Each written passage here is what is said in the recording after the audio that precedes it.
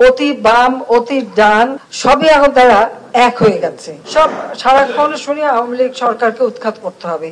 অপরাধটা কি আমাদের? প্রধান কালকে বলেছেন আমাকে সরিয়ে কাকে করবেন, কাকে প্রধানমন্ত্রী করবেন। কাউকে সরাবার ইচ্ছা আমাদের ছিল না, আমাদের নাইও। আপনার আমলে আর এই দেশে সুষ্ঠু নির্বাচন হবে না, আপনার আমলে আর অর্থনৈতিক কোনোদিনও চাঙ্গা হবে না। তাই জনগণ চাচ্ছে আপনি সরে যান।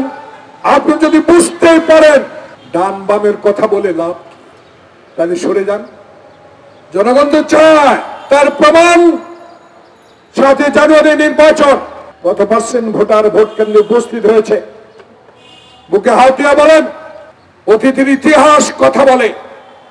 বিএনপি এমন একটি দল, যেই দলের প্রতিষ্ঠাতা শহীদ জিয়া, যেই দলের নেতা তলাবিহীন ঝুড়িকে ঝুড়িতে পরিণত করেছে, বিশ্বের মুসলিম দরবারে বাংলাদেশকে পরিচিতি লাভ করেছে, সার্ক গঠন করেছে, দেশের স্বাধীনতা যুদ্ধে অংশগ্রহণ করেছে। সে নেতার দল কোনোদিনও কশ্চিন কালেও ক্ষমতায় যাওয়ার জন্য ষড়যন্ত্র করে না। ষড়যন্ত্র আপনারাই করেন। যদি নাই বা করেন, কেন 2014 সালে বিএনপিকে বাদ দিয়ে নির্বাচন করলেন?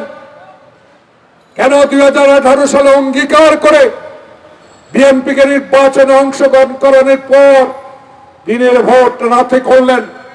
কেন 2024 সালের 7 জানুয়ারি ভাই ভাই দামির ভোট করলেন? এই সকল কথার উত্তর আপনাকে একদিন দিতে হবে। তাই আপনি বলেছেন আপনাকে সরিয়ে কাকে আনবো। আমরা আপনাকে সরাতে চাই এই কারণে, আপনার দলকে ক্ষমতা থেকে সরাতে চাই এই কারণে, জনগণ চায় আপনি আর ক্ষমতায় থাকা উচিত নয়। কি মনে করছে কখন কি কথা বলতে হয়? আমি তো আগে বলেছি আপনার সমান হতে আমাকে অনেক বছর লাগতে পারে, কিন্তু রাজনৈতিক কারণে জনগণ বলা শুরু করেছে।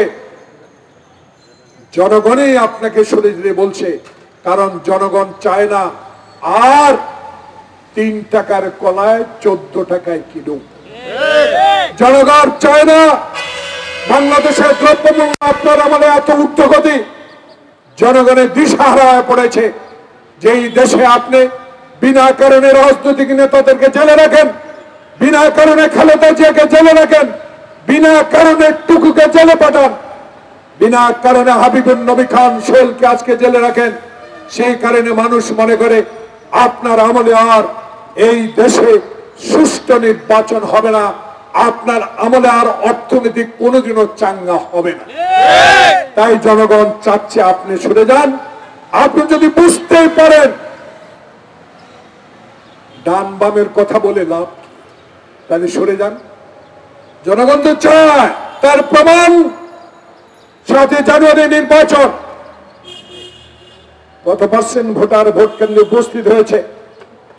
বুকে হাত দিয়া বলেন, পবিত্র জুম্মার দিনে আপনার কাছে দাবি করি, সত্য কথা বলুন, এই ভোট কি সুষ্ঠু ভোট হয়েছে?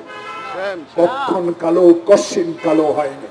আমাদের তো অস্তিত্বই নাই, বিএনপির তো অস্তিত্বই নাই।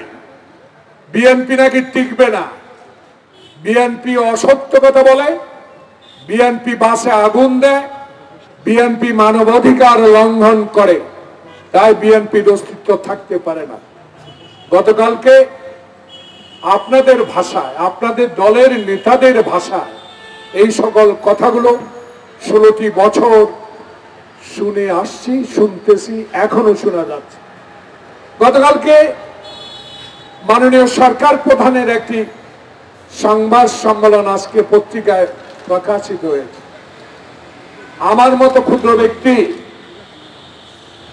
এই মহৎ ব্যক্তির সমালোচনা করা বলা কঠিন, কিন্তু দুর্ভাগ্য দেশে এমন এক ব্যক্তির দ্বারাই দেশ পরিচালিত হচ্ছে, এমন একটি দল দ্বারাই দেশ পরিচালিত হচ্ছে, যেই দেশে মানবাধিকার বলতে কিছুই নেই, যেই দেশে সংবিধান এবং জনগণের অধিকার লুণ্ঠিত হচ্ছে, সেই দেশের সরকার প্রধান কালকে বলেছেন আমাকে সরিয়ে কাকে করবেন, কাকে প্রধানমন্ত্রী করবেন। কাউকে সরাবার ইচ্ছা আমাদের ছিল না, আমাদের নাইও।